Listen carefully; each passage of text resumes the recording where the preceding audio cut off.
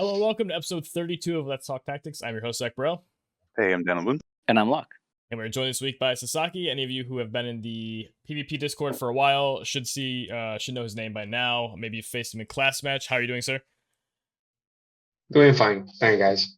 So I not only have we wanted to feature a lot of the more prominent members of the community on the podcast, especially for this week, I think he has a really interesting class match team, so I'm excited to hear him talk about that.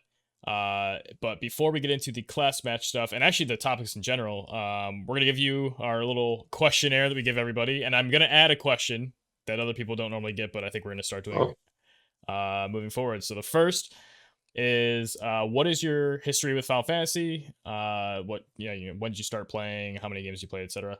How did you hear about War of the Visions, and when did you start playing? What made you kind of go towards live PvP as one of your more preferred game modes? And then the fourth question is, what is your favorite either current or upcoming EX for your account? Oh shit. Well, let's start with when I started playing Final Fantasy.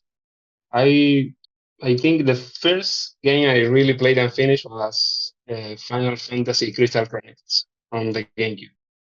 Amazing. The multiplayer experience was great, and really wanted to try something. Really liked it.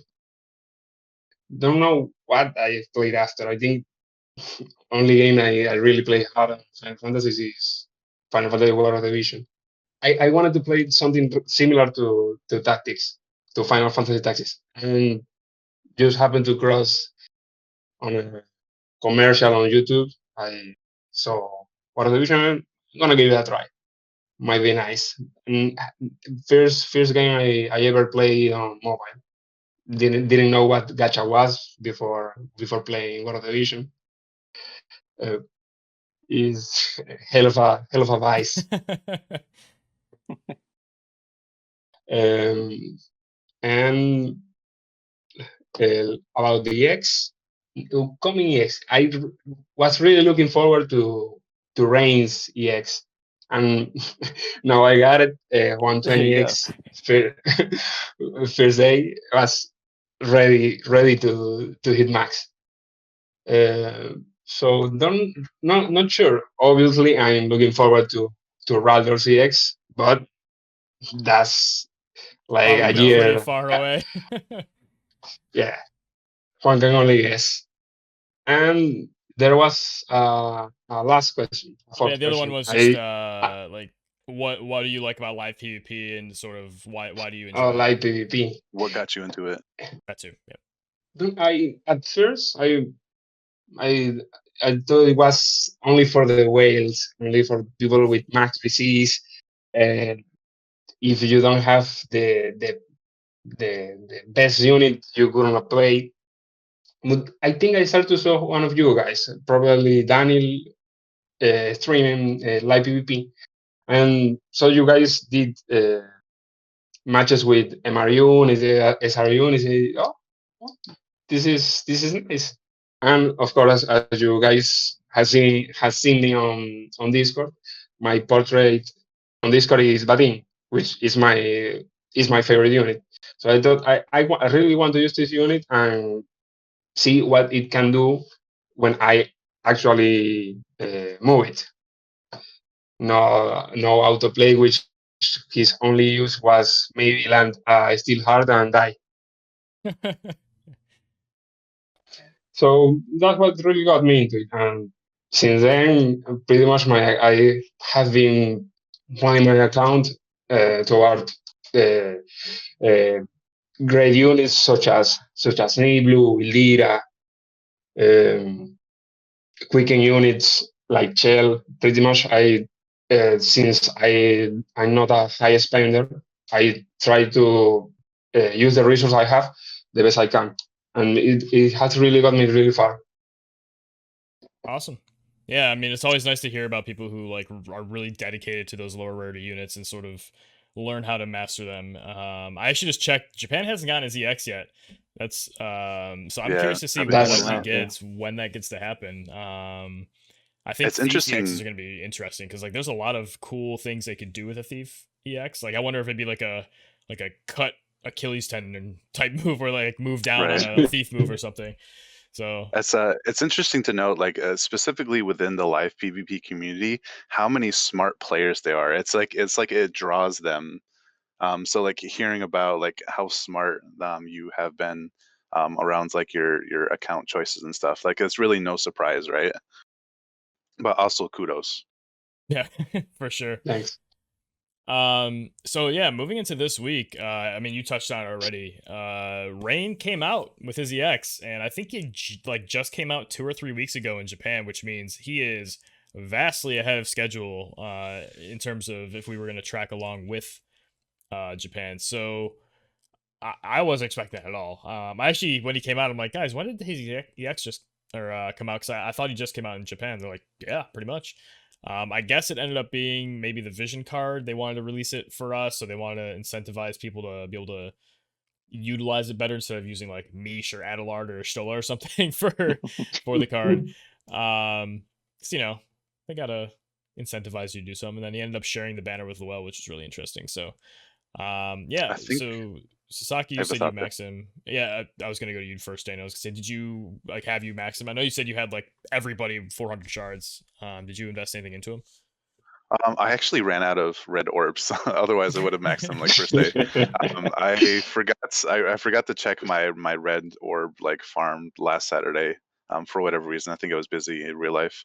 But in terms of the Reigns X coming early, I have to wonder if they're trying to give him like his day before more shows up as like the anti magic like water caster. But that's Okay. that's all I really had to say about that. I figure let Sasaki talk about it. I thought first that it was to promote the VC. Is what made the most sense. But as I have heard other people talk about, it might be preemptively to have a counter to Black Rose Helena. That could be a good reason. He's looking really nice. I mean, the slow is amazing skill. He needed some kind of disruption. Only having aggro was not enough, especially on like PvP when aggro doesn't matter. The 120 skill is not so solid. Move down, I would have rather him having something like a buff for the party or something similar. But it's only 3 days, so I think it's definitely it's cool. Like it's better that it's across AoE. Like it may have just been like a True. single target. So they could have just left it as like a single yeah. target attack, and that would have definitely been a disservice. So the fact that it's at least an AoE with even like a range and AoE height of 1, like it could have been worse. So It's and also a it's slash instant. move. It's nice with exactly it's slash, so it pairs perfectly with mount. Yeah. You normally do Claw of the Lion of the Young Lion King in the what's the name? Ismetic Late. Don't even remember what's the name of the skill, but it deals surprisingly high damage. And with EX Rain after the AOE slash down rest. LB, I have hit other Kingsmont 120 over AK 9K. So it's Oof. really strong. Got a pretty badass name too, Amethyst Blaze. I don't know. There's just like something about it. Like the syllables are very harsh and like powerful. Um, yeah, so Locke, I know you and I were big fans of team way back in the day. It was what Miranda, Victra, and Rain. So like I feel like we have this like soft spot for Rain and what he did for us earlier in our accounts. He kind of lost favor due to agility issues and just kind of getting outpaced a little bit. But yeah, maybe this helps with him. Did you go for him from the Sentimental Valley, or you skip him for now? What did you do? I had to skip him just because I was down on those Paradise Blossoms. So like I looked at him, I looked at the enhancements. I thought it was very, very strong, and I would really like to go for it, but I just don't have the Paradise Blossoms to go with it, so I had to skip it. I had like I think 9 left, and I really wanted to use them on Federica, and expecting her to come soon, and I ended up using 6 of them on Selma. So And that's Selma. 3 down. And anyway, but At that's least you the got reason 3 why back I from her, didn't. right?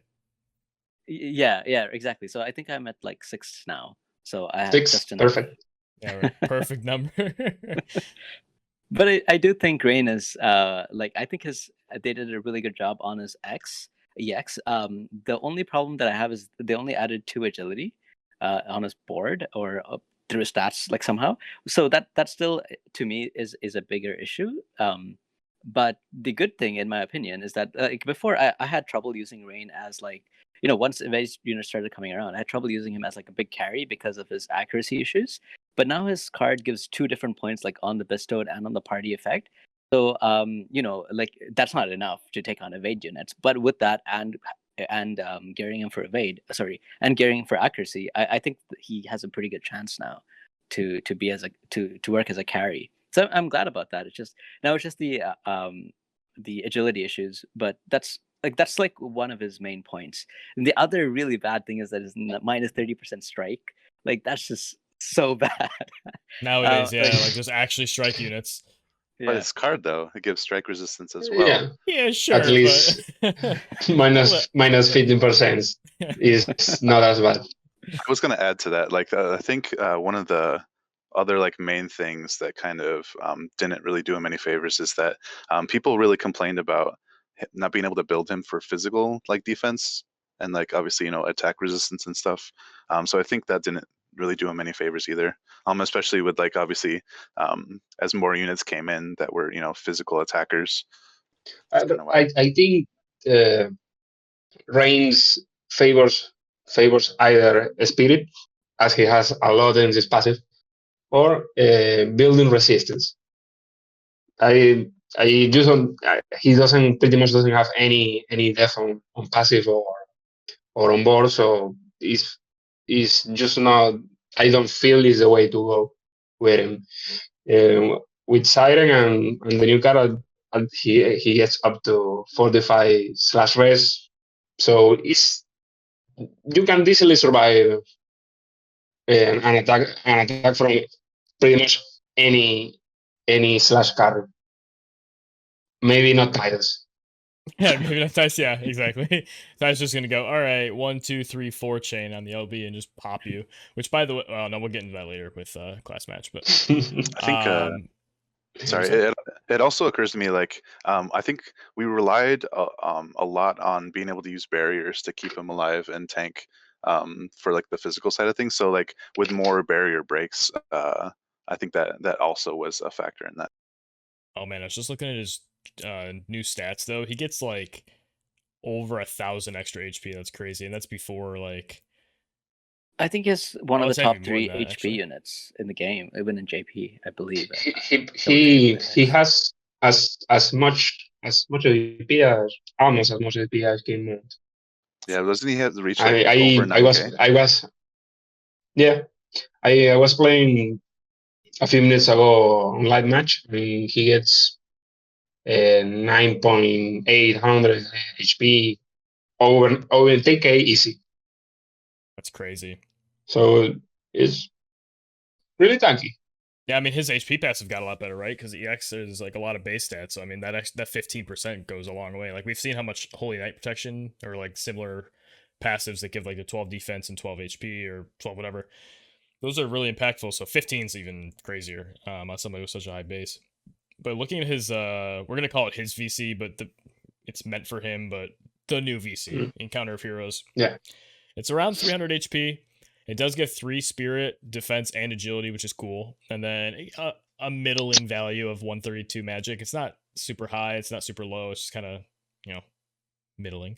It's a fire only, except for again, the random just let's give it to Earthmont because Mont. Earthmont gets to just have all these flavor cards. Again, can we just please equip vision cards to him in his equipment slot? Like that's the character. He's like this avatar of the cards. Like it's so ridiculous.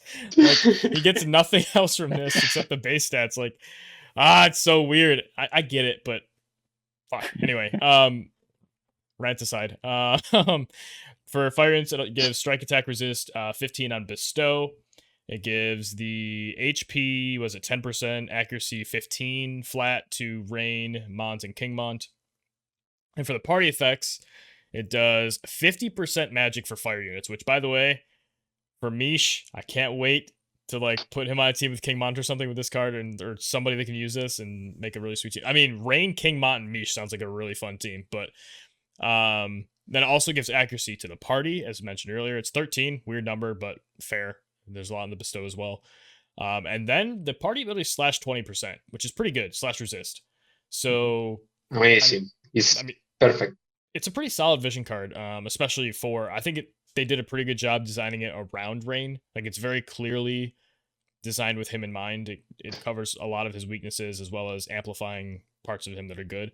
That being, low agility, low defense, low accuracy, and then he has 0 like base slash resist, so it touches on all of those. It's great. Oh, and the negative 30 strike, but it's one of those things like I wouldn't build to stop it. Like if someone has strike damage, you got me kind of thing. But yeah, I'm assuming Sasaki, you maxed this thing.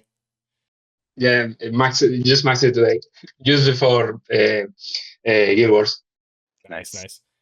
I've been kind of slow burning the like Phoenix and Encounter of Heroes, because I'm kind of anticipating using like select tickets or like summer medals on them. Like I'm like the state of my account right now. It's pretty much like it's almost complete. I just have like MRs and SRs to go really. So like I want to make sure that I have something to spend on. And I know it's like first whale problems or whatever, but that's like I'm not in any rush to finish these things because I'm trying to, manage my expectations. Like I said, I had like one quick thought, and I think that, like you said, like the accuracy on it is the 13 accuracy. That's a weird number. I believe it's because like it's kind of sort of like a hybrid vision card, like what we've been seeing. Right. 13 is rounded up from 12.5, I think, which is half of what the accuracy from Blades of Grass gives. So I'm guessing that's why it's like that weird number. Yeah, I could see something like that. I think it's the same amount as Titus BC to take it on it. I think it's same 13. That's fair. Yeah, I So guess it's nice. I guess I couldn't remember another one that had the same effect for like a split like that. It's 13 crit rating on his card. Okay, yeah, cool. And that doesn't surprise me either. Like, maybe eventually we'll see like 25 crit or like 25 accuracy for like other elements, So it's cool to see that consistency within the mechanics, Yeah, it's nice that it's a non-limited card being added, so that we now have Phoenix and this one to add to the list of UR fire themed cards. As we talked a lot of shit the other week about how horrible, either how bad the cards were, or that maybe they're like listen all to limited. Yeah, okay. Or things definitely are designed the week of. No, and then or like limited or whatever, right? So. Definitely cool to see. I don't think there's a whole lot to talk about with this one though. I mean, it's it's a good card for what it is. It's not like a must build, but it's a good option. No, I didn't pull it. Like I think it's a very good card. I didn't pull this one or Phoenix because I'm like, I have a lot on my account already. I don't need every single thing, and I'm sure at some point I'll get it, and I'll probably get copies of it as well. Like I have maxed several cards that I never pulled on, never spent any medals on, or never bought any shards for that I've just maxed, right? From like randomly pulling things here and there. And I'm sure that'll happen at some point. So I'm not in a huge rush because I don't plan on also running like fire teams too much. And like although I really like Rain, I don't know when I'm gonna get around to finishing him simply because there are like so many other things in the way that I really want to get to before Rain. Right. So therefore I don't see it as such a huge priority to get the card because of those reasons, so I didn't pull it. Yeah, I mean, it has the, like we've mentioned a couple times now, where it's not limited. It's not like super duper OP necessary. Not that anything's necessary, but you know what I mean. Like it's not one of the super high value ones. Like when like the Scion card came out or Black Rose Helena, we were like, must get this kind of effect for like PvP. Like you want to have this tool in your toolbox. this one's just a very niche tool that would be excellent to have, but is not a top priority for most people. Moving on to other things this week, though, along the theme of older things, the Hermes sandals, Platinum Armor, and Sage's Staff all got their updates. So we talked about that a couple weeks ago. That's cool. So Hermes sandals, let's just go with just a quick summary of each one. We mentioned the Platinum Armor gets the single target resist up to 10 when you max it. Good luck. We get the Sage's Staff, which gets 20 accuracy at a +5. Also good luck. And then Hermes sandals, evasion. Oh no, sorry, I already got evasion. Was it? Oh, acquired AP 30%. Also good luck. All three of these, I don't know how you're gonna max them all. But it's nice that you get the effect at a partial plus as well. Sure, yeah. Hermes sandal was buff from 10 immobilized resistant to 25. So that's nice. Oh, was it not 25 before? I think it was 10. I think it was 10 before. Oh, okay. Was it always 25? I don't know. I don't remember it being 25, but I could be wrong. Yeah, I'm pretty sure it used to be 10 because I can remember that 10 showing up in many places. So Right, that's nice. It seems notable, like, because it's like, wow, 10%, yay! Yeah, right. 10%'s like that. Well, you're still coin flipping me, sort of thing. But yeah, okay. That is actually a significant buff, especially like there are some random immobilizers running around now. Like if Liarta hits you with her poison, you're also getting potentially immobilized, or the Ildira VC is really fucking annoying. Sometimes you get immobilized out of nowhere. It's like it's so inconvenient that it's good. Yeah. Like I mean, it's probably Orange- underused. Orange like, Dragon Fang, Layarts, like Shadow Devour. But like you never want to cast immobilize. But if immobilize is attached to something, you're like, this is pretty sweet. So that's cool that we finally got those updates. I wasn't sure when to expect those. We knew they were coming, but new things though. Luelle is here. I have been excited for her. She's finally released. I wailed as much as I needed to get what I needed for her, because I was dry on resources going into this week, but we got there. We got her actually first pull on the 9 step up, which was nice, which was cool. But I kept going. Did the 9 step. I did them both. So I stopped at step 7 on the regular one, because step 9 is just 40 more shards, and I'd rather do that 2k since I was already dipping into my paid anyway. I'd have to go. I just like, why not do the paid banner? Then the 8th step I might do once I get more free viz, but I have time to do missions and stuff to get, so I don't have to spend the paid on it. And then the 7th step I just went up to because I think it was I don't remember why, but it was a convenient stopping point. Oh, 2 blossoms, duh. So I was like, yeah, I'll do this to get some shards and some blossoms. So then I did the 6k paid. And then after doing that stuff and then collecting her bingo board and her character quest and stuff, she was MLB. Like 99, done. I was like, what the hell? Because you get so many shards on that paid step up. And then she's already, by the time like the purchase bonus is done for the week, so like the $1 a day thing, I'll have her at 115, and then we'll see how hard I want to go. I'll probably end up doing the new update in the Mog Shop, which you should probably mention as well, the Mind Sphere exchange, to finish her, because she is actually in there. I wasn't sure if no. What's that? No, nothing. I thought they added the units after the banner was over, but that's nice. Yeah, no, I saw a picture. She's already in there, and I checked myself, and I was gonna say that, though. I'm surprised because normally, like, yeah, it's like an EX based Mind Sphere update, but I still wouldn't put it past them to only update at the end of the month or something. So it was, it's very cool to see that there. And obviously I have quite a few UR medals after all these crazy, ridiculous things they've been giving us with these like 50 shard banners and 100 shard banners, and you get like 5,000 overflow. But how many Luelle shards did you get from the step up that you had to fight with the rain shards for? So I think I got 160. Yeah, it was like, I think it was an even split between the two of them. Wow. Okay. I got a lot of rain shards. I'm pretty sure I already had a bunch of rain too. I think after it I could max rain if I wanted to. Yeah, I'm already sitting at like 700 Mind Spheres for him. Christ. Yeah. Ready for EX2. Yeah, right. Yes, the second of the triangle for the sub job, which It's is what I gonna assumed come eventually, right? it'll be like level 150, then 180 or something. Which, by the way, another topic for another time. But arithmeticians and EX job levels could be really interesting. But yeah, no, I've been having a lot of fun with her. I did the Earth mission where you have to do like all Earth units for the new quest or whatever, and it actually took me so long because I got magic reflexed on one of them, so it didn't kill one. So I had to like put all of my units in the corner and let them all run out of AP so they group up again so I could AoE them all. But yeah, she's been a lot of fun on manual. Some of her angles are really interesting, like her what's it, the devitalizing glint, like super long line, like finding those angles to hit like a ton of stuff at once is really cool.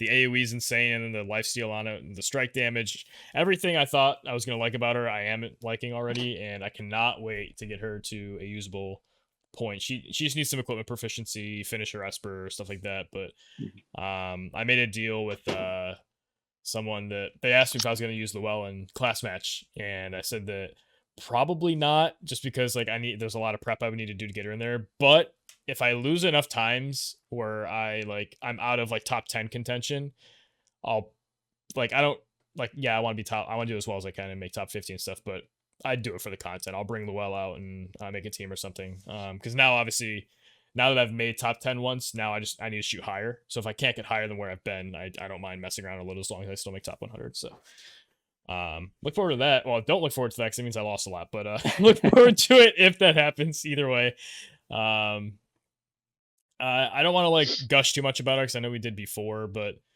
she's really bruisery. She can be built a couple different ways. I think as a like bruiser caster or as like a pure mage, like DPS thing. And also it's really cool. I forgot I was looking at earth units with the passives for like other earth units, and I forgot about like Halloween Winter Venera.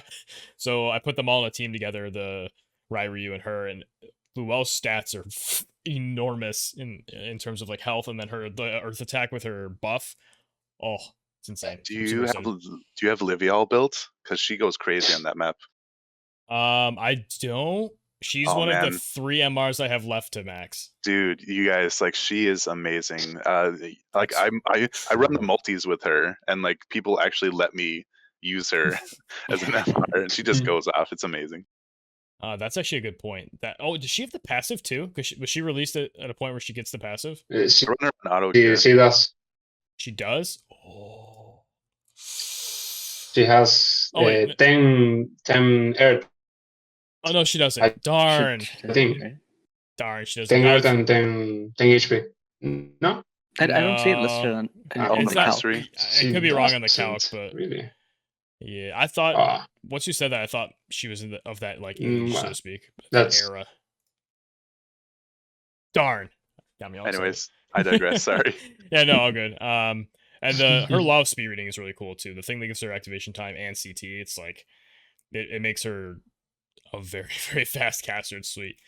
Did anyone else here pull for her? We'll just do a little show of hands if you did. And then okay, so Daniel, what are your thoughts so far on her, and where are you at with her? I pretty much kind of mirror yours as to like how fast she was able to be MLB'd. But I only did the paid step up. I have been kind of on save mode, you know. But yeah, I was like, holy crap! Like she's already like max LB'd, and it was just really easy to get her shards. So yeah, like just what was it, like 400 shards in the paid step up? Like oh my god. Yeah, I've been farming on auto, like the brutal like stage, and yeah, it's been a breeze. It's been a blast. Yeah, I thought about getting. I'm like, oh, I can pay Visior to just get her weapon max. I'm like, you know what? Like, I need to get equipment proficiency on her anyway. She seems reasonably good in this mission. Like, I'm just gonna actually farm that this week since there's not a whole lot else to farm unless you're trying to catch up on story like farms or something for Faint Memories. So I have not bought it, but I still think these 2 and 3K like +5 instants are pretty good value if you don't have a lot of energy pots.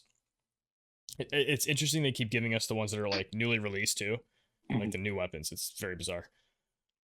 Sasaki, do you have any thoughts about Luelle? Have you either seen her in PvP at all yet, like already, or I like her AOE air strike. So it's weird because she only has one strike attack. So it's nice to have a different kind of damage. I mean, she has slash also, but was hoping for more than just one. It's nice. I mean, I didn't vote for her, so I'm not. I don't know what she actually can do. But the AOE Ruby buff 40 air attack up for 15 single resistance is crazy. If I used to think the Sakura's skill, what was it? Dark light and lighting resistance was amazing. This one is over the top. Yeah, I mean, it doesn't matter what element this is. Like, if you're targeting only me, it's going down. So it's very solid. And then the evocation gauge boost. Do we know yet if that's like a percentage faster, or is that just a straight up she fills up 60% of the evocation bar? Like, has anyone seen any testing on that yet? Daniel, I don't know if you've seen it. I think it's similar to the stuff, to the magistral stuff. I think this is a percentual acquire amount, similar to acquire AP. Okay. Yeah, that's what I was thinking. That's how I interpreted it as well, and that's what it seemed like. It wasn't like I used it and then, oh, there's my Esper. So that's another thing I do plan on testing on outside of class matches, putting some teams together to really like make use of the Espers. One of them I was messing with was a super duper HP tank build of Winter Venera, like no weapon, just all HP. Got her up to like almost 8,000 health, and she'll be almost 10k with her EX. But and then putting bomb on her with Luelle. So we'll see if we can pull that off on anybody with like Hitone TMR running in or something. But is bomb damage fire damage, or is it typeless? What is it? I want to say it's let me look. I'll find the answer real quick. It's fire strike damage. So Winter Venera strike buff the team. Luelle dropping bombs on people with the strike AoE, and then also blow up with bomb. If that's how that works, I don't know if it's based on the units multipliers at all. But that's a 330 mod, and that 330 mod is scaled in some way based on your max, or I think current HP. It's either current or max HP. It's a massive damage, and it's an AoE that's like the size of Shout from Ramza, where it's like a super plume, like 3 in every direction. So this seems like a great segue into talking about CM, because I feel like, maybe I'm assuming here, but Sasaki, are you using Raldor in this CM? Yeah, of course. Yeah. I'm using Raldor. He said Fire Strike, and I was like, that's my boy. Raldor. Yeah, we'll get into Silma at some point during the class match conversation, but actually, I guess I'm sorry. I'm gonna just say we're gonna touch on Silma real quick, and that'll segue us into class match. By the way, I'll say it now before I forget, and we flow into a conversation and go way too deep on it. From here on out, if anybody is watching on YouTube, or if you're able to and you're listening on Spotify or something, but you're at your computer anyway, you might want to look at the map. It'll be in the description below from War of the Visions Calc. We will be referencing the letters on the map. Or at least, Sasaki, I know you're on a phone, so I don't know if you're able to do that right now, but there's different like spawn points, which are like the P and E letters. There's the crystals on O's, and then we have all the heights. So we'll do our best to reference based on that, and we could technically do like the either column row or row column coordinates as well to talk about individual spaces.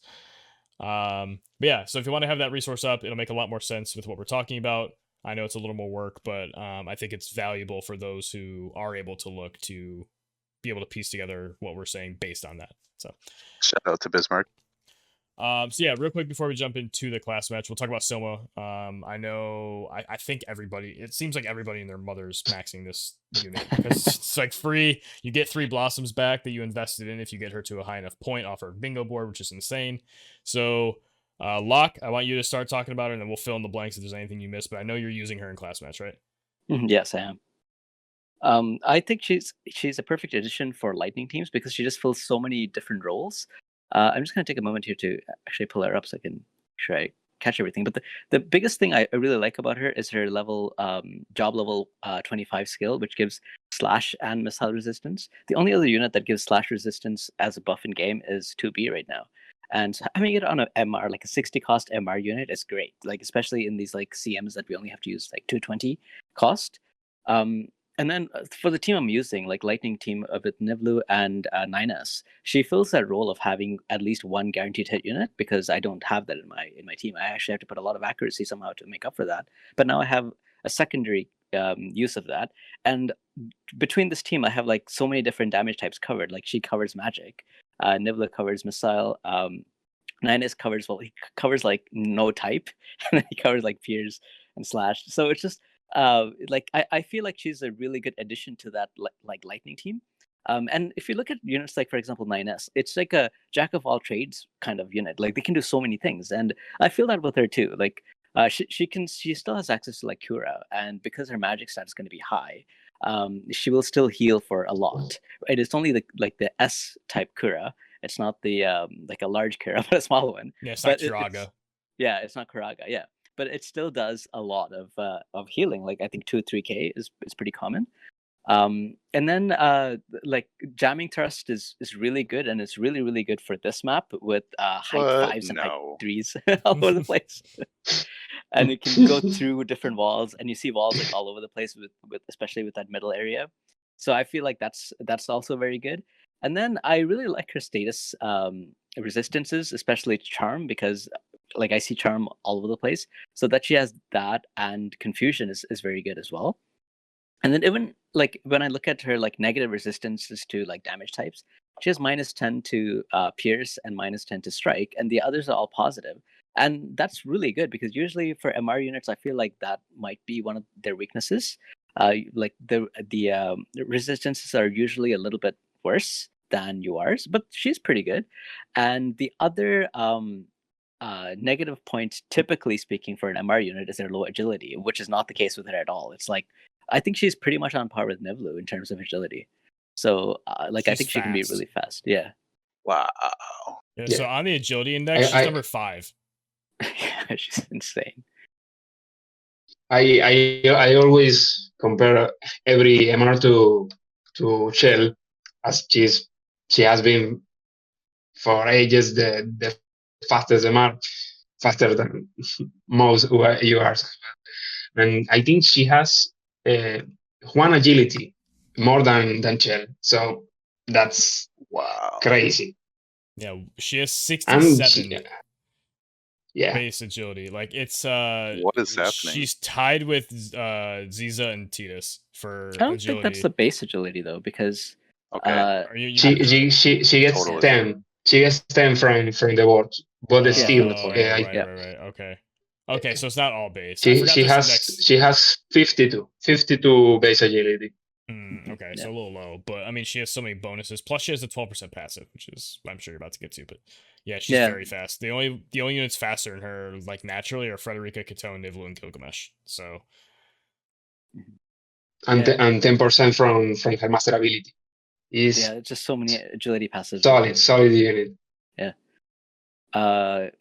So, like all around, she's very good. And she's like really tanky, especially to magic damage, because she has a high spirit number from her mastery, and then she has pretty high like magic resistance, and you're probably gonna always want to put the Mage's Safeguard passive on her because it gives agility and magic resistance. So it gets to like really high magic numbers. Like I tried using Holy from like a maxed out Yuna on her, and it did like less than half her health.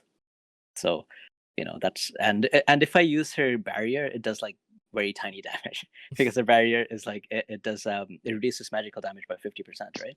So so she's really good to tank like magic damage, but because of her buffs that increase slash and missile resist, she can also do pretty well against physical damage types too, because those are two very common physical type damages that you see. And then her like so many different things going on with her. Her like a fast cast protection buff gives her 10 extra defense. So again, that helps with like 20 physical damage.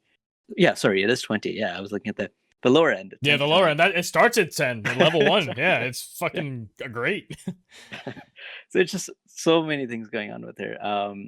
like I've been using her as Kotodama wielder because it gives extra +1 jump and move for this map and that guaranteed hit. But you can also run her as a red mage to take advantage of the Asuna. Like sometimes that might be favorable, but I think in most cases the Kotodama is most likely what you would want. But yeah, just like really, really good unit. No love for green mage. I have a couple more thoughts, but I don't know if Prodigy wanted to cover them first. I was gonna say one thing, especially on your team, which I hope you've made use of this at least once in your 15 matches, but resistance break chaining into 9S to like just nuke the crap out of somebody because it's a lightning pierce double hit. So you're just like stab, and then just chuck a spear and kill somebody. Like it seems so insane. Obviously, she's not gonna do a lot of damage with the resistance break, but it's the alley oop. Mm-hmm. I feel like most of the time I'm just using that jamming thrust with her because it's just like it's hard to get into range to use the resistance break on this map, and it only has a range height of 1, and 2 spaces away. So most of the time I'm just using like jamming thrust from far away. And to be fair, I think jamming thrust should have been magic scaling pierce damage, but what do I know? It makes a lot more sense, I think. But yeah. So the things that I've noticed that really like stand out to me. Just maybe just looking at her on paper, I haven't really been able to use her much. I'm still kind of building her like kind of slowly, but it's really cool seeing the Kotodama wielder sub job. The job level 12 skill, anti-magic wall, that's the first time we've seen that. And like to me, that's like, oh wow, like I didn't know that was a skill we can expect to see from that job. And it kind of makes me look at that and like look at the job in like a new light, like wow, it gets basically like a saintly wall, like magic, like aspect to it. And yeah, that was really surprising. The other thing, I'm surprised I didn't hear like either of you guys mention it, but like she, like I would expect a lot of people to run Emerald Echo on her more than like almost every other green mage, because of just how many buffs she gets that can like that has access to. Like the defense up from her fast cast protection, the bar fast skills cast. from yeah, exactly, the bar skills, the slash and missile up. Like I would expect that to be 4 turns too. Leading that kind of leads me that kind of leads me into like it's weird that like normally you would expect a counter to like the lightning gunners to be like an earth unit, right? But this to me, like she kind of speaks to me as like a counter to like the lightning ranged units. Crimson Resistance, Bar Thundara, what's up? I mean like it's like like her bar skills kind of fill in for like the elemental advantage that earth units have. So yeah, I'm really impressed with, like you said, how tanky she is. And Sasaki, have you maxed her out too, or are you slow building? Where are you at with her? Yeah, I wanted to complete the bingo board, so I got her to 100. I like it. I wish I actually leveled 9S. I'm slow building, and I just think 9S is what the lighting unit needed, as they all are fragile, really squishy. Yeah, 9S brings a little tankiness, a lot of buff. So I'm not pushing it too hard right now, until my 9S is a little better. But I think she's solid. Yeah, absolutely. Like, Silma is significantly stronger than like any other free unit we've gotten. I think like Gathgarian, when he came out, was like, okay, he did like UR damage, but he didn't have the bulkiness. He didn't have necessarily support abilities. He was just a damage battery. Whereas like Silma has kind of the whole package, and she can fill in these gaps for either a mono lightning team or just a good supportive unit on a team in general. Yeah. So Etra, like all those free MRs that like we actually got for energy and time and whatever, but you didn't have to spend Viz on their shards. So that sounds better as the non-Vizier unit, but I'm just kidding. Any other thoughts on her? Yeah, I think we'll touch on her probably during the class match discussions. Locke, I know you're going to be talking about how you've been using her, so let's jump into that. Like I said, have the map up if you want to know what we're talking about. But yeah, how's everyone doing so far? I am 9-1. I DC'd on day 1, match 2. I was like 2 turns away from like there was no chance I lost that game. Just zero chance. And I disconnected, and it was very frustrating. I had to not just like yeet my phone across the room on stream, and I was just like, it was so bad. It was awful. I was so pissed off. But I had like, what was that the night I had like 59 viewers too because I got rated. So like there were all these people watching. I'm like, and yeah, so that sucked. But we are undefeated. Other than that, I gotta play my matches. It'll be after we are done recording here. Locke, how are you doing so far? I have 15-0 right now. I haven't lost yet. And so I'm running Nivlu, Selma, and 9S, and I feel like so I'm starting right in the middle, as close to the middle as I can, and I feel like I'm up against a lot of players who start in the corners, and it's always very easy for me to beat them. So like we can talk more about that here because you guys said that like there are reasons why you want to start in the corners, and I can say why I don't see that or why I feel this way. And I mean, we can carry on with that conversation. But so far, I've had like really easy matches whenever my opponent starts in the corner with this team, and so it's been pretty easy like so far to get those wins. Daniel, what's your record looking like? I am also at 9-1. I thought I was going to go 5-0 my first day, but just got completely wrecked my first promotion match by a Gilgamesh Kingmont Zazan team. I underestimated the Maneater buff on Zazan, and yeah, I lined up my Ziza and Layart, and they got Kotetsu'd for like 80% of their HP, and then they got like Claws of the Young Lion for the rest of it. I was like, wow, that was dumb. Oops. And it's just That's a lot of damage. it just emphasizes just how quickly like the match can turn either way just by positioning alone. Letting your opponent like take advantage of those slight mistakes. And then how are you doing, Sasaki? 9-1. But I already did my matches today. Yesterday I got only one match in and was gonna finish the last 4 at the last slot and fell asleep. Oh man. Dang. Rip. And today I got 2 DCs and won the other 3. So that's my life. So talk about your team a little bit. I know what the team is, but I'll let you say it. Kind of how you decided on them, where you like to start, sort of what your opening turns look like, and your general strategy. Yeah, unless you don't want to share it, but I don't really think. No, I'm okay.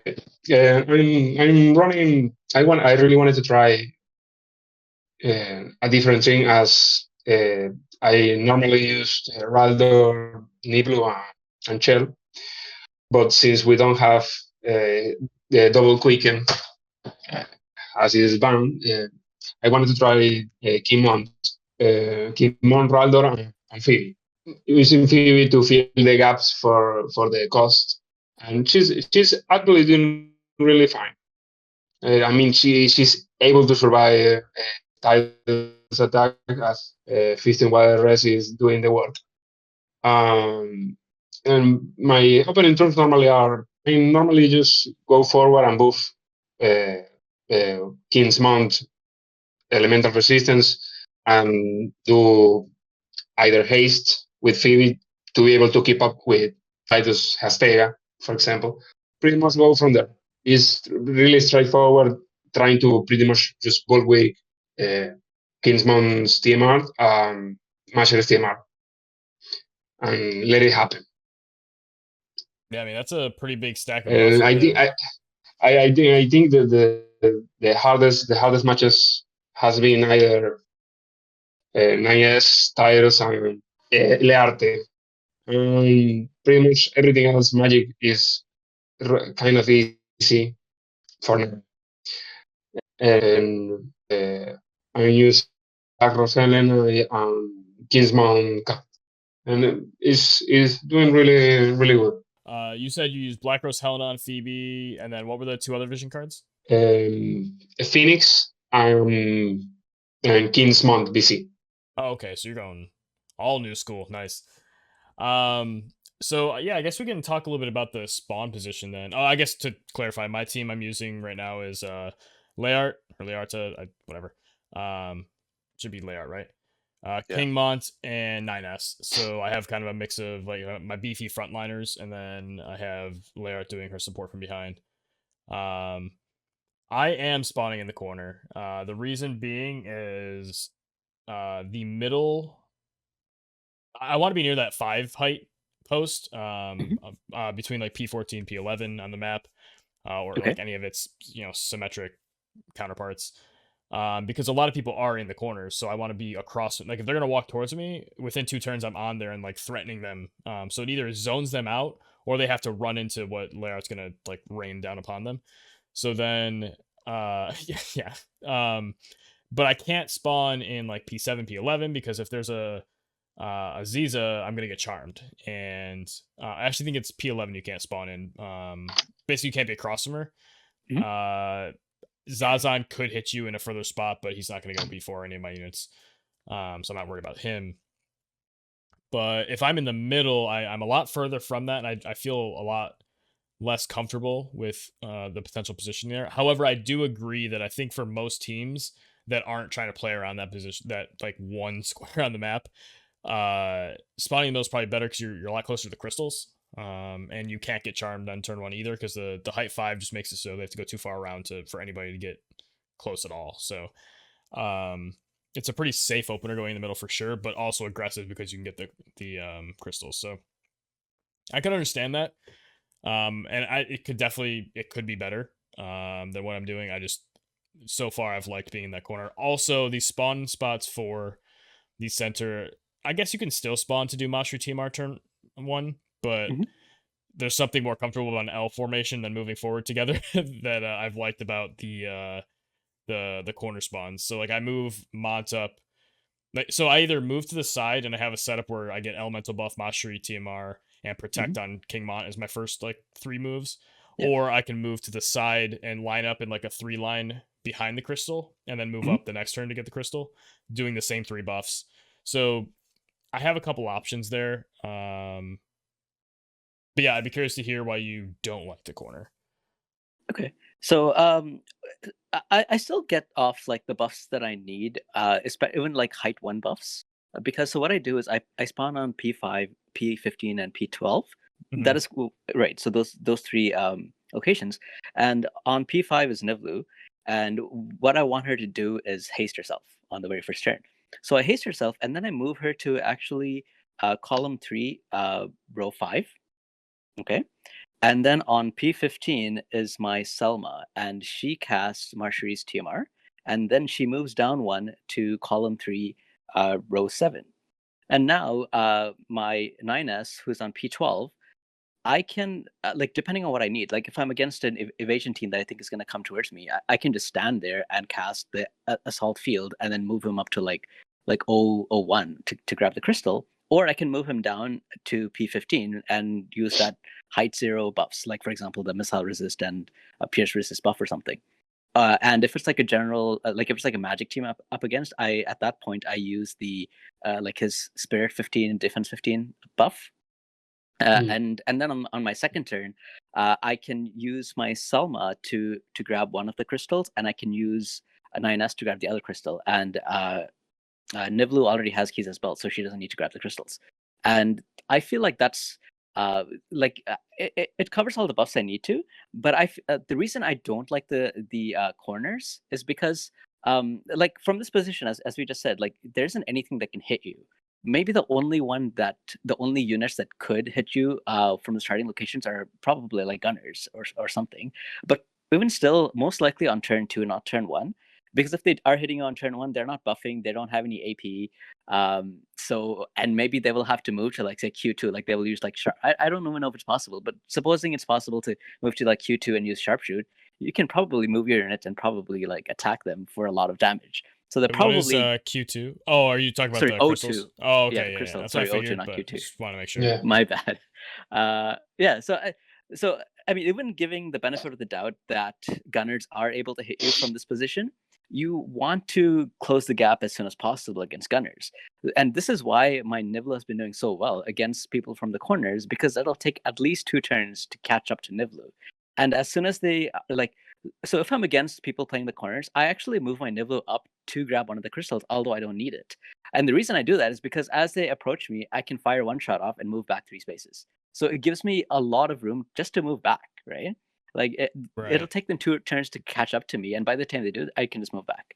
Whereas if they started in the close to the crystals, like in say E12, E15, E5, um, it's easier for them to catch up to Niblu basically. And if I'm using like say Niblu Frederica, or if other people are using Niblu Frederica or other gunners and rangers, I think that's what they should be doing, because that's like you want to close that distance. There were 2 games where I feel like it was easy wins for me, but I feel like if they had started in like right across from me instead of the corners, I think it would have been a difficult match for me. One of those matches was against a Titus, Mont, and Nina's team. And because they started in the corner, the very first turn, they started using Hastega on all 3 of them. And then they got their second turn before I did. But because of the distance, they weren't able to do anything. Whereas if they had started at, say, E12, E15, E5, they most likely would have been like right in range to hit me, or already have been able to hit me. So that's the reason why I don't like the corners. I don't. Anyway, like from my perspective, as playing a person that uses Nivlu, it's just so easy for me to like completely dominate the match when people are playing the corners. All right, so from where I'm looking at, Mhm. the positioning between like the center and the sides and the corner, Mhm. it looks like you can get to a similar position from your first turn from either of those positions. You know how like you're kind of moving. Oh, the only difference, I guess, let me state is that like you can't go to either side. You're kind of committed to one side, and so Right. that I think that is the biggest difference. But like it looks like with the amount of movement and jump that you're talking about, you should be able to, for instance, like get to like O2 or O1, if you wanted to, or obviously on the other side. Mhm. Yeah, but so like if they start in like say um like E4, E7, and E8, then I move my Nivlu like towards O4 to put with more Right. space, Yeah. right? Yeah. So Yeah. so it takes like longer for them to catch up to me, basically. Yeah. I see that.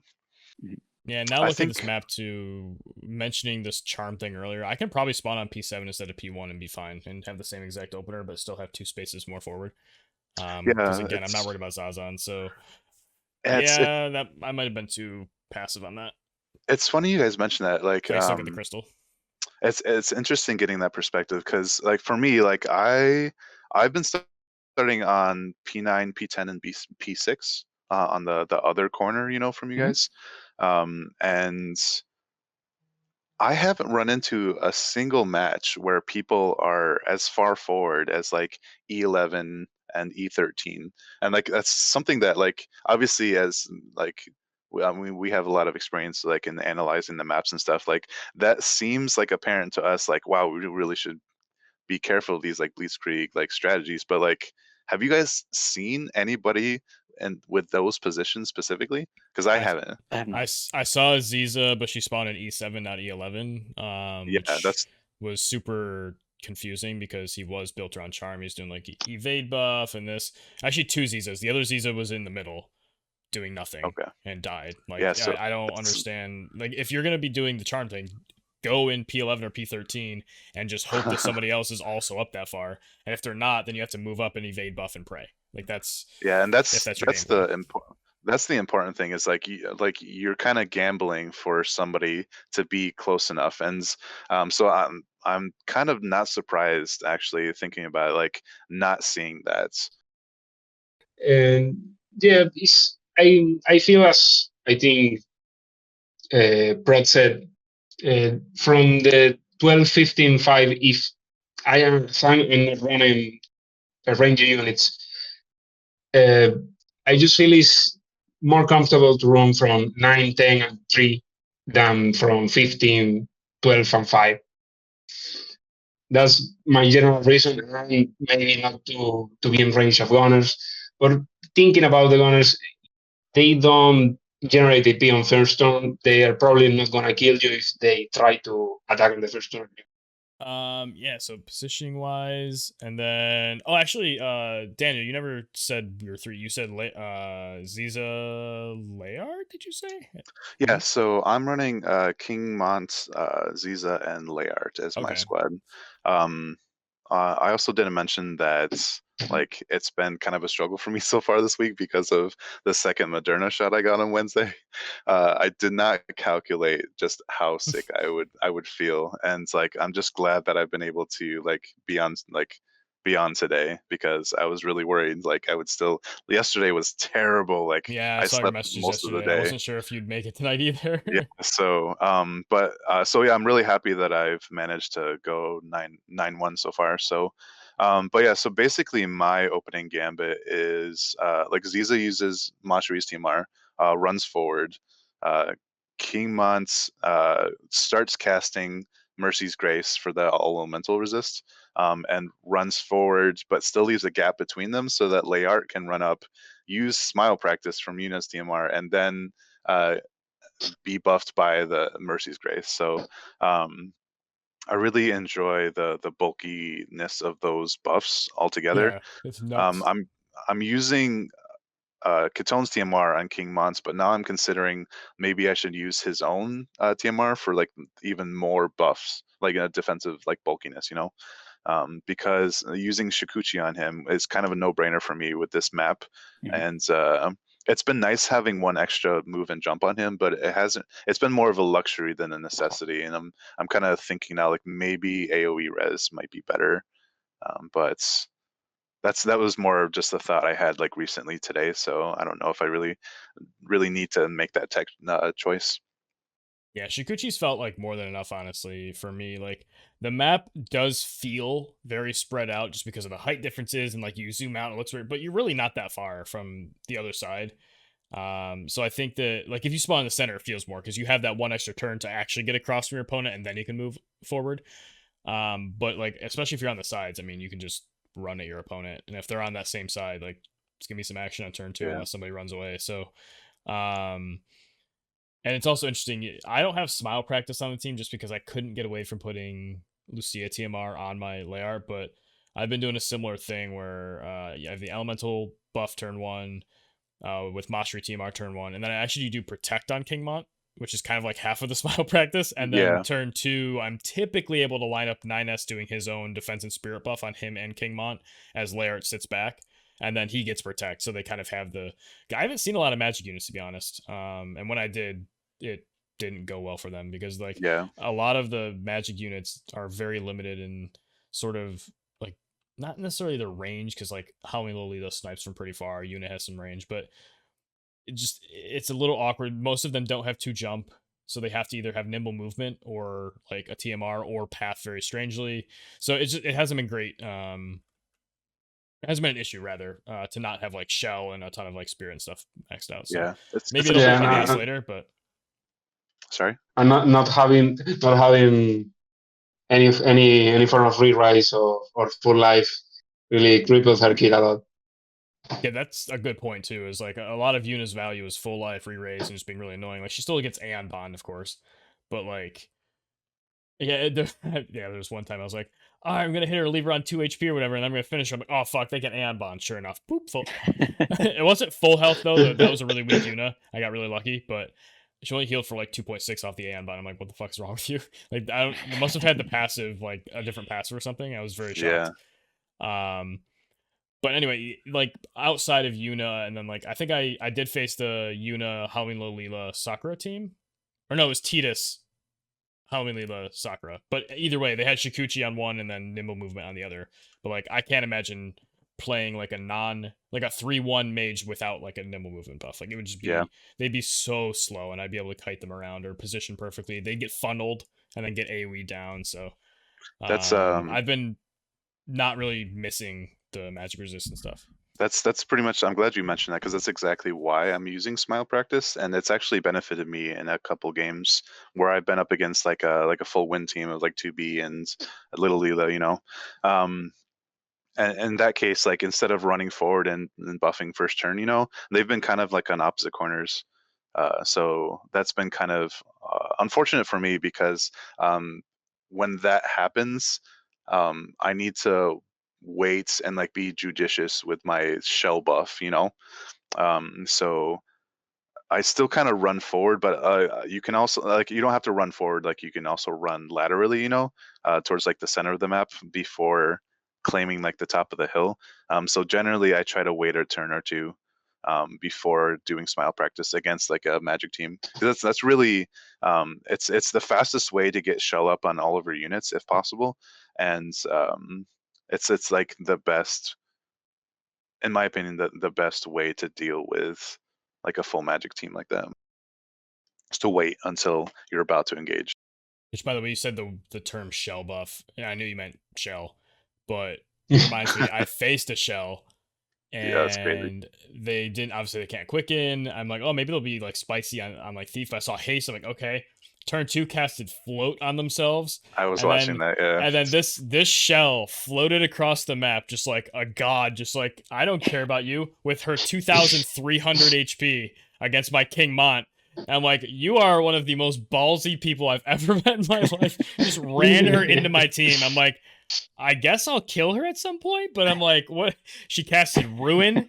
Like, she was full aggro mode. This person had like the cojones of like, I don't even, it was insane. It was, yeah, they went Ruin, and then I think they casted like maybe haste on somebody else, and that she got AoE down with like somebody else at one point, but like it it was like really funny because it wasn't effective, but like it was so much confidence that I was impressed. Like, and the I float was swear. just, I wasn't sure if I should feel disrespected or like be like like because of the float. There, if you don't mind me saying so, like there's a reason why I gave you the unpunished title in the Discord.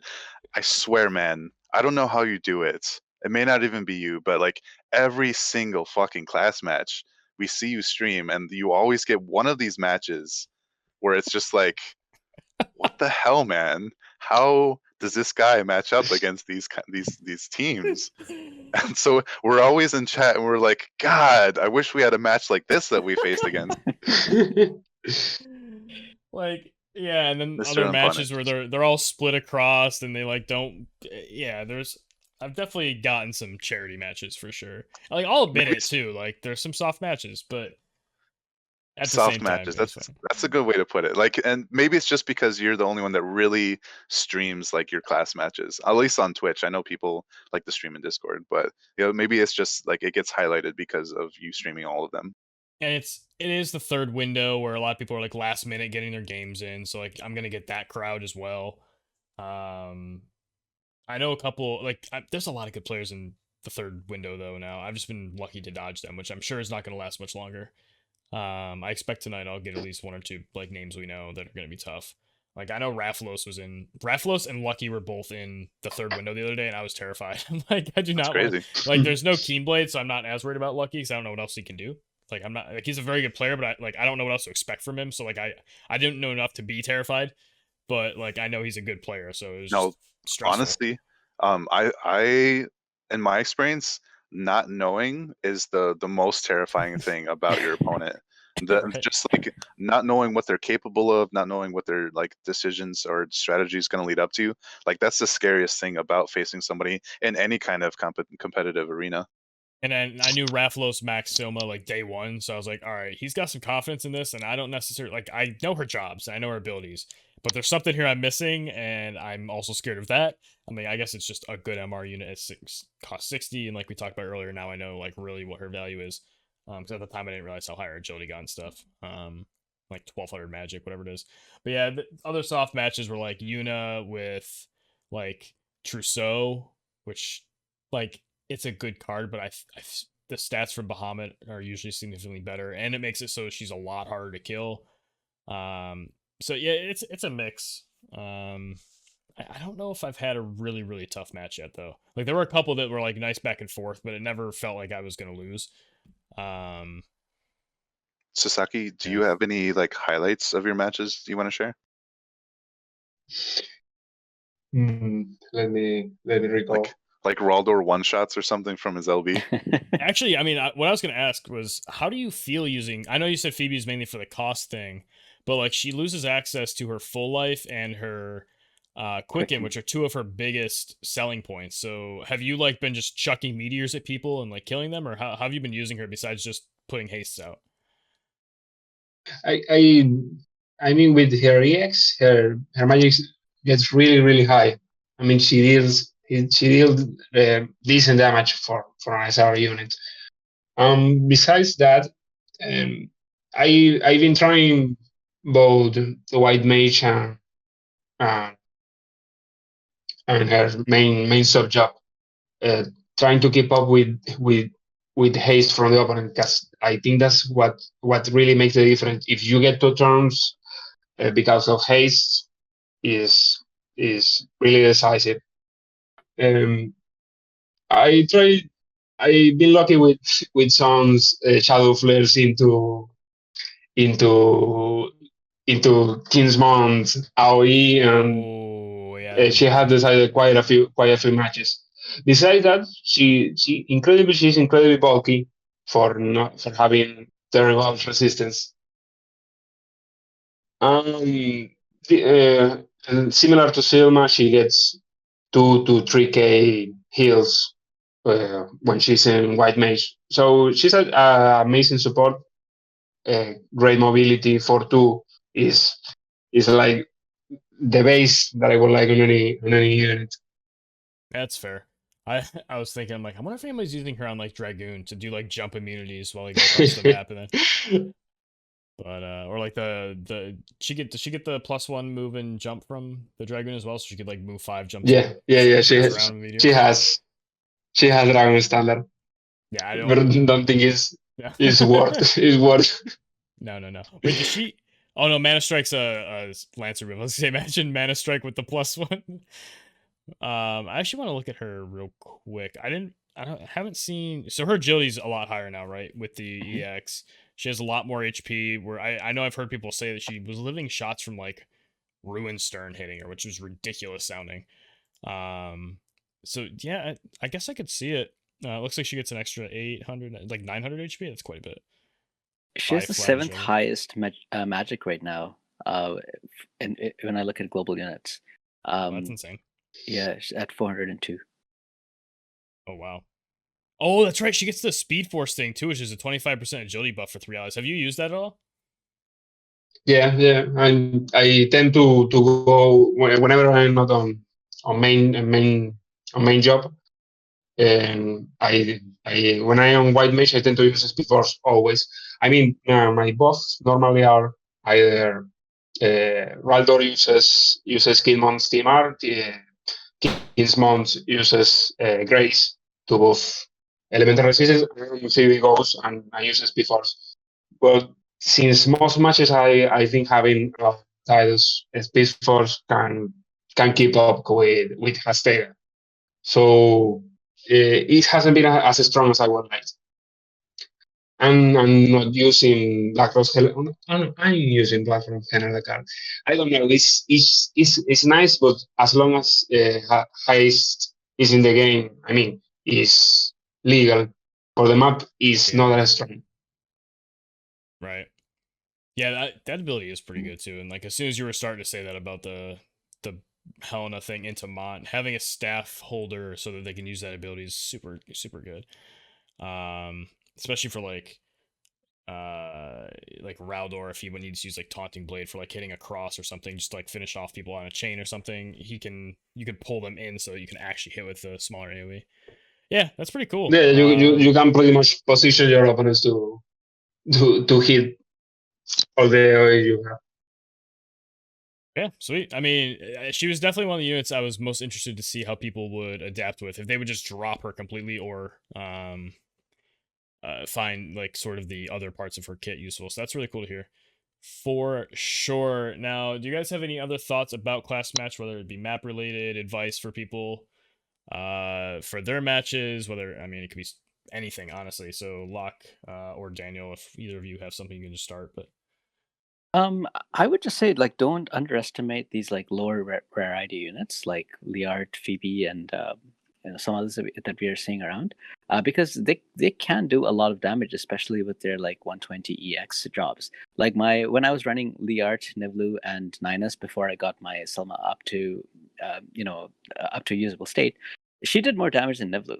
Like she was able to one shot a Yuna, but that Yuna did not have the Bahamut vision That's card. right. You showed us. But but she did that, and that was like Yuna didn't have any debuffs, like any defense down debuff or any chains or anything. So it was just a straight one shot. And my Niblu can't do that. 5.9K, Yeah, my Niblu cannot do that. So yes. I was gonna say, so my Liart, at first I was using her on like a magic build, like we talked about last week, with like Elven Bow. We got Bahamut Esper, Black Rose Helena cards, stuff like that. And she had like 650 magic and then like 570 attack, which is a lot for not having any investment really into it, except for like I think there's 100 attack on Elven Bow. It's a pretty solid item, but then after the first like I think 4 matches maybe, I'm like, listen, I guess like there's a bunch of times where I wanted to do a little more damage, and I'm not really healing that much, to be honest. Normally I can find a way to get a crystal or do something, or lifesteal, because both of my, or at least 9S has the drain blade thing off of Nightblade.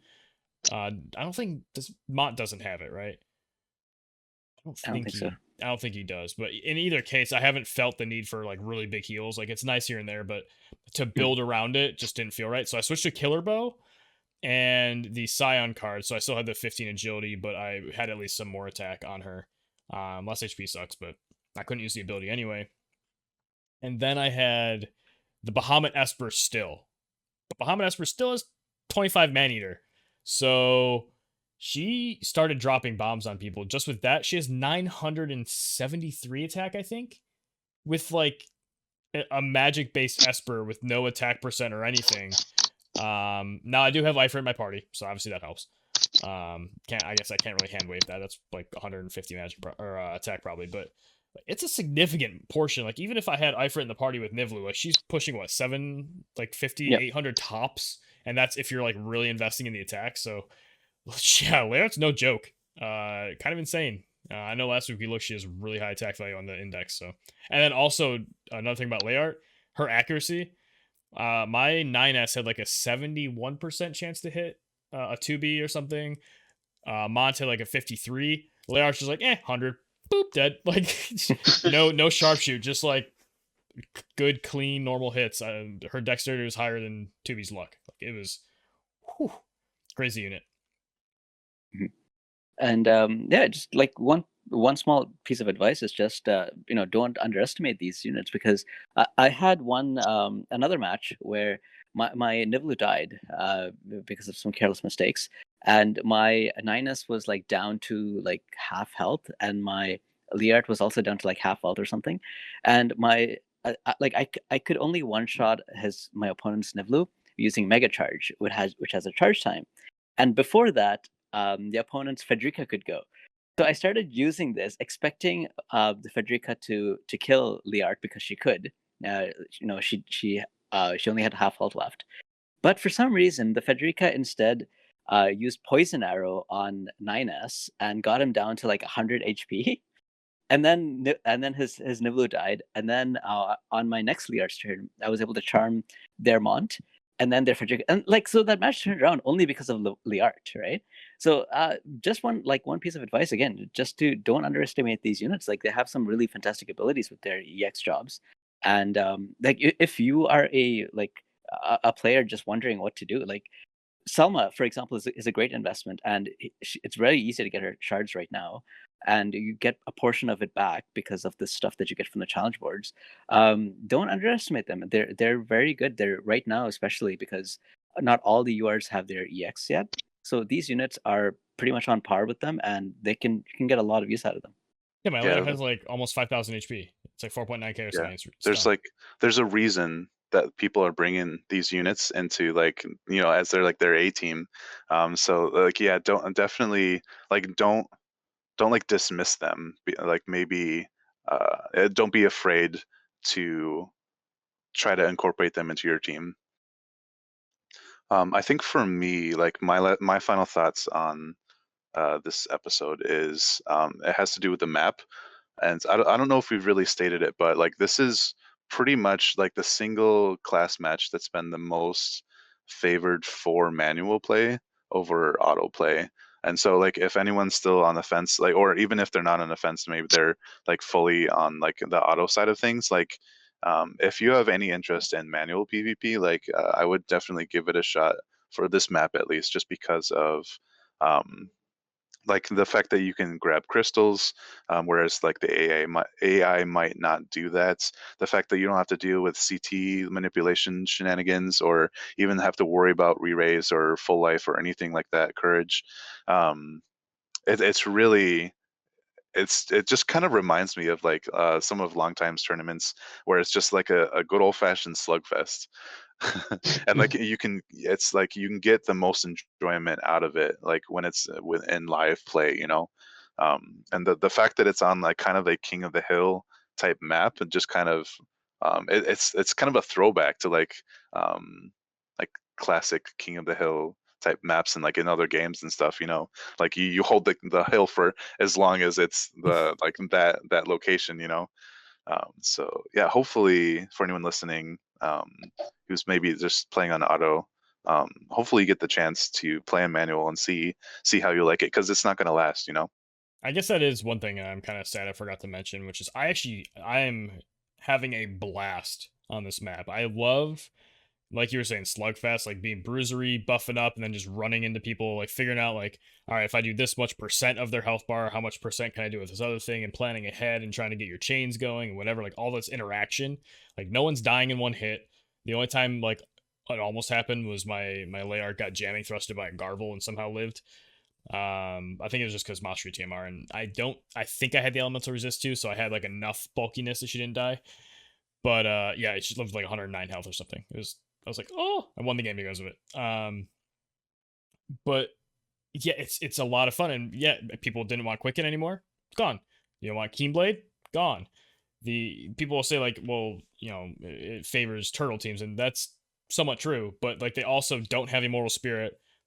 There's no re-raise, so like they can't. The units that normally would turtle lost a portion of their kit, I think, mainly in the Immortal Spirit department for like things like Kane, Halloween Ryu.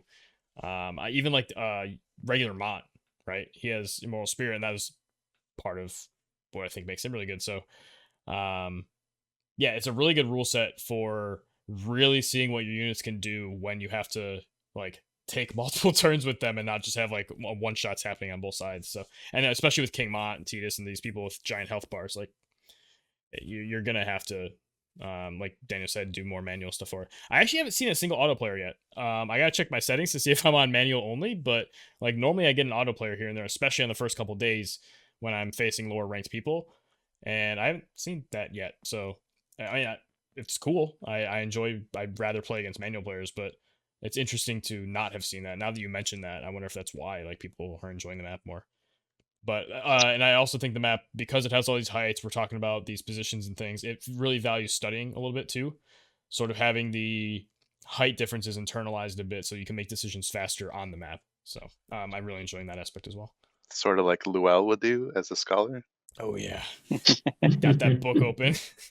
So Sasaki, any thoughts from you on the just anything else about class match? Yeah, and I have my first matches have had a lot of struggle with the eights. I mean, as I normally use the upper view screen, I'm pretty much stuck sometimes, but it's really nice. I mean, seeing all the low rarity units really shining because they are amazing. Uh, to me, the free units has been either Tidus or Nines. Learte is like, to me, is has been the MVP for a long time since she was EX. So I'm really enjoying it. Sweet. So I think that wraps us up for this week, unless anybody has any last thoughts, but that kind of was the last thoughts. So nothing else, right? Good. All right. thank you everybody for listening. I hope you enjoyed. I know we kind of were all over the place, but yeah, whatever. That's class match talk on day 3 or whatever. So we will definitely be recapping next week, sort of the rest of our class match experience, as well as whatever goodies we get next week. I don't think we made any predictions, so we'll just let it go without us Tower. predicting anything. Oh, that'd be cool. Yeah, actually, I forgot about Tower. Like, I forgot that even existed, so that'd be fun, especially nowadays with like so many units being developed. But yeah, and thank you, Sasaki, for joining us. Hope you enjoyed yourself, and I really appreciate your input, especially on the Phoebe front. Thank you for inviting me. Absolutely. So that has been Let's Talk Tactics. I was your host, Zach Bro. I've been Daniel Booth. And up in luck. Maybe we'll see you next time.